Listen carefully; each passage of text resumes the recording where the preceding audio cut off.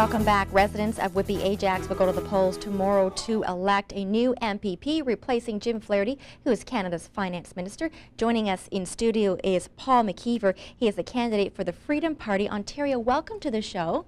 Thank you. It's a big day for you tomorrow. Absolutely. It's the biggest. It is, because we will find out tomorrow who the new MPP is for the Whitby Ajax riding, and you must be glad that it's going to be over tomorrow.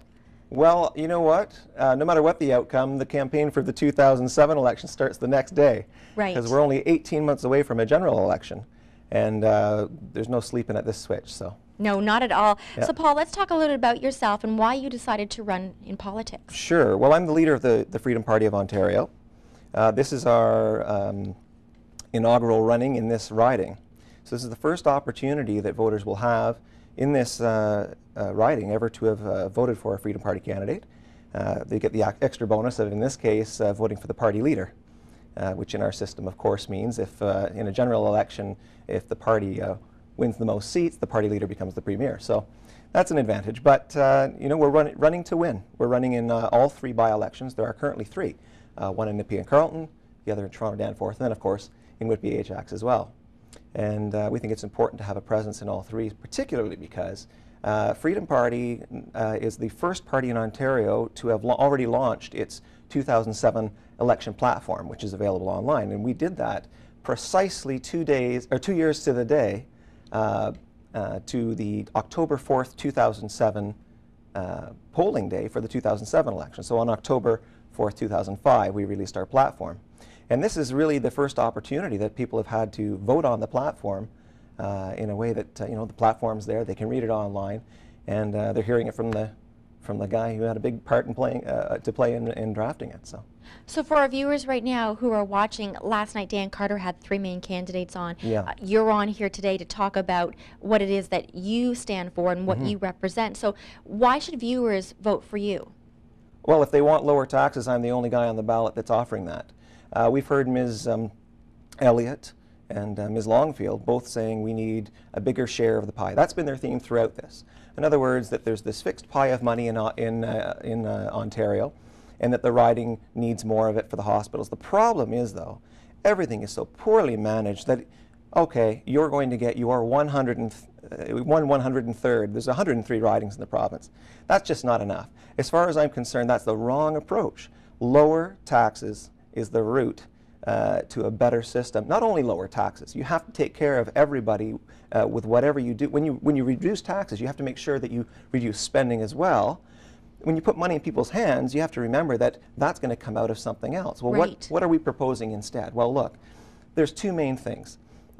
We not only are proposing that taxes be reduced. In fact, in the property tax issue, we're saying get rid of property taxation. It's widely talked about. I had a column in the Financial Post in January of this year, and it was accompanied by a number of other articles, Terence Corcoran and et cetera, and we were trying to address this issue of, you know, property taxation is a regressive tax. It's not a good tax. You get a 70-year-old person whose spouse has passed away, they're on a fixed income, they bought their house in 1955, it's free and clear, and all of a sudden their house becomes, you know, part of the most popular area in town.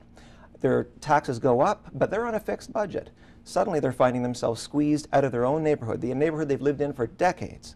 That's wrong as far as I'm concerned. Nobody's talking about this. I've been talking about it now, and Freedom's been talking about it, and that's a central piece in my campaign right here in Whitby Ajax. I want people of Whitby Ajax to know that if they want somebody to replace that property tax with a better tax, with a fairer system, and we're proposing a municipal tax, a low municipal tax, and one that they can see on their receipts when they buy anything from a chocolate bar to a hockey stick, and they'll know, aha, that's the Brunel tax, and there's the rate right there. Not a hidden rate, not a mill rate that nobody understands, but a tax rate that you can hold your local politicians accountable for. That's what I want to see, and that will be a fairer tax. Did you know that apartment dwellers, for example, are paying double the rate of a single-family dwelling? If you look at the mill rates, they're literally double.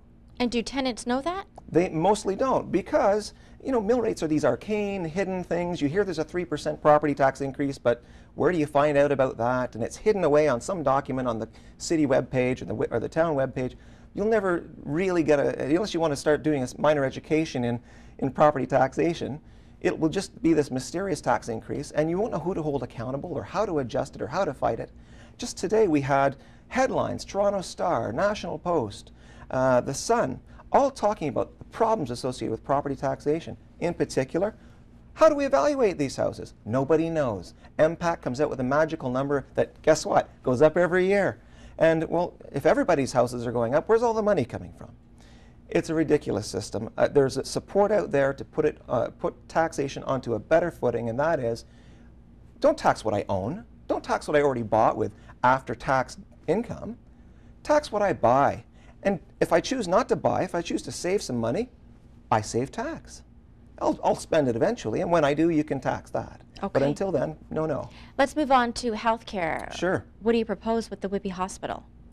Well, Whitby Hospital is, again, that's a minor part, an important part, but a minor part of a much bigger problem. The problem is, what is the best way to fund healthcare? Right now, we've got the Liberals and the Conservatives both saying, no, you should never be able to spend your own money on your own healthcare. That somehow is immoral, that if some people are going to suffer, everyone should suffer to the same extent, that we should ration it all out. There's a fixed pie of healthcare, and we're going to ration it out, and if that means you wait 6 months or a year for your MRI, so be it. Well, I say, to heck with that. If I've got money, it's my body, it's my money. If some guy has the money to set up an MRI station and he's willing to take my credit card and give me a scan, that's my body, my right, I do it. That's my stand on this. You won't find the Christine Elliots and the Judy Longfields of this world talking about that. They're terrified. In fact, they don't even agree with it. We are in favor of choice. OHIP, for example. You know, in 1968, there was no OHIP. In 1969, the Progressive Conservatives banned private health insurance. They installed OHIP as a government monopoly.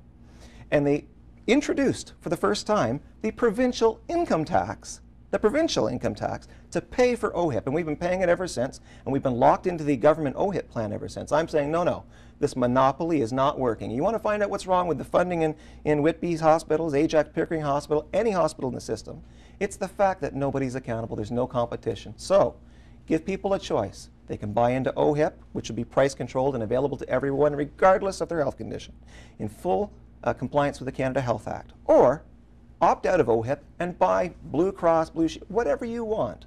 It's your money, it's your body.